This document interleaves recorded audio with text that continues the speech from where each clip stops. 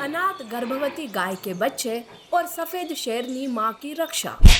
एक बार जंगल में सफेद शेरनी रीता शिकार ढूंढ रही थी।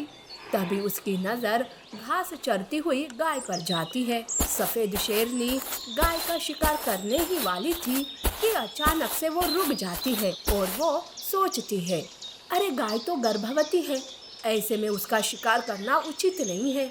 मैं उसके सामने जाऊंगी तो वो डर जाएगी, इसीलिए मुझे यहाँ से चुपके से ही चले जाना चाहिए। ऐसा सोचकर रीता पीछे मुड़ जाती है और वो वहाँ से चली जाती है, जिसकी भनक गाय को नहीं लगती। पर दूसरी ओर काला चीता गाय पर नजर रखे हुए था। वाह, आज तो बहुत ही अच्छा शिकार हाथ आया है। उसे मैं हाथ से जाने नहीं दूंगा। चीता दबे पांव गाय पर हमला कर देता है, जिस वजह से गाय गिर जाती है और वो घायल हो जाती है। गाय खुद को संभालते हुए खड़ी हो जाती है। सामने काले चीते को देखकर वो उससे रोते हुए विनती करने लगती है, भगवान के लिए मुझ पर रहम करो, मैं गर्भवती हूँ, इस बार मुझे छोड़ दो। सुनो गाय, ये रोना धोना मुझे बिल्कुल भी पसंद नहीं है। मैं ना तो तुझे छोड़ूंगा और ना ही तेरे बच्चे को। इसलिए मुझ पर तुम्हारे रोने का कोई असर नहीं होने वाला, समझी ना? गाय तो काले चीते की बात सुनकर डर जाती है, पर गाय एक माँ थी, वो अपने बच्चे को यूं मरने नहीं दे सकती थी। इसीलिए वो अपने डर पर काबू पाती है और पूरी ताकत के साथ वहां से तेजी से भागने लगती है। काला चीता भी उसके पीछे भागता है। गाय भागते भागते एक गुफा के अंदर चली जाती है। उसी वक्त उसे प्रसव पीड़ा शुरू हो जाती है।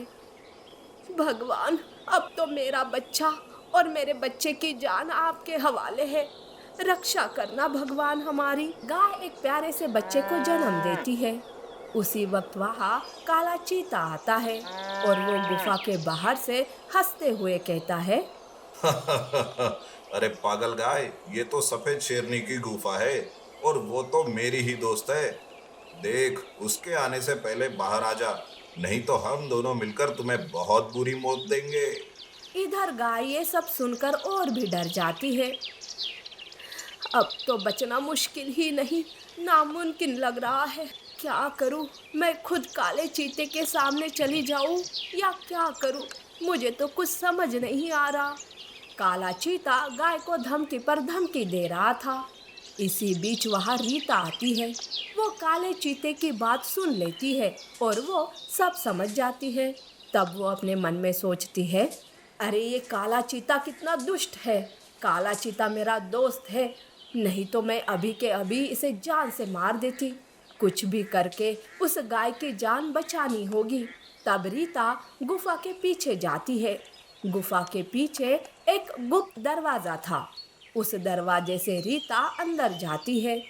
रीता गाय और उसके बच्चे को देखकर खुश हो जाती है, पर गाय तो रीता को देखकर डर जाती है।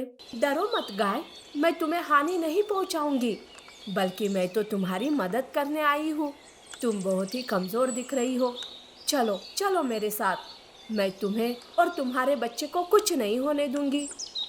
रीता बच्चे को अपने पीठ पर बिठा देती है और गाय को लेकर गुफा से बाहर निकलती है। रीता उन दोनों को लेकर सुरक्षित जगह जाने लगती है, तो इधर काला चीता थोड़ी देर के बाद गुस्से में आ जाता है। गाय, तुझे इतना समझा रहा हूँ पर तू मेरी बात नहीं सुन रही। अब देख, मैं खुद अंदर आकर तुम्हारा क्या हाल करता हूँ। काला चीता गुफा के अंदर जाता है, पर गुफा में गाय को न पाकर उसका गुस्सा और भी भड़क जाता है। गुस्से से चिल्लाता हुआ काला चीता दरवाजे के बाहर निकलता है और वो तेजी से भागते हुए गाय को ढूंढने लगता है। कुछ देर बाद गाय काले चीते को देख लेती है। शेरनी, काला चीता तो पीछे आ रहा है, मैं कमजोर हूँ, मैं भाग नहीं सकती, इसीलिए कृपा करके मेरे बच्चे को लेकर तुम भाग जाओ। नहीं गाय, मैं तुम्हें काले चीते के मुंह में देकर नहीं भाग सकती, मैं कुछ करती हूँ।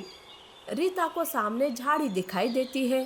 तब रीता बच्चे और गाय को झाड़ी में छुपा देती है और खुद काले चीते के सामने आती है।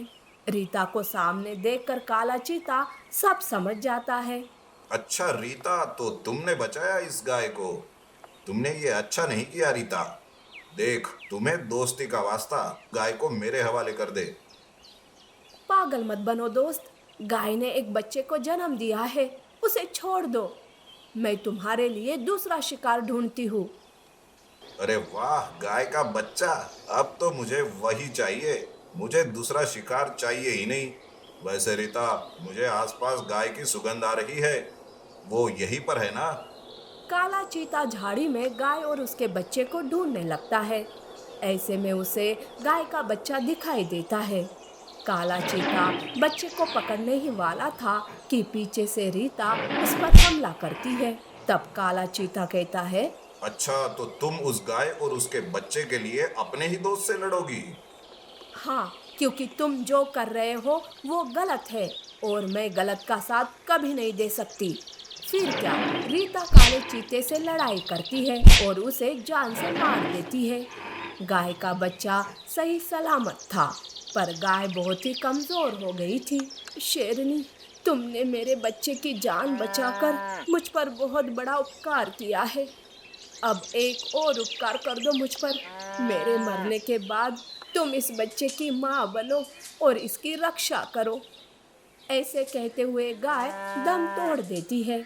अब रीता ही गाय के बच्चे की माँ बन जाती है और उसका पालन पोषण करने लगती है।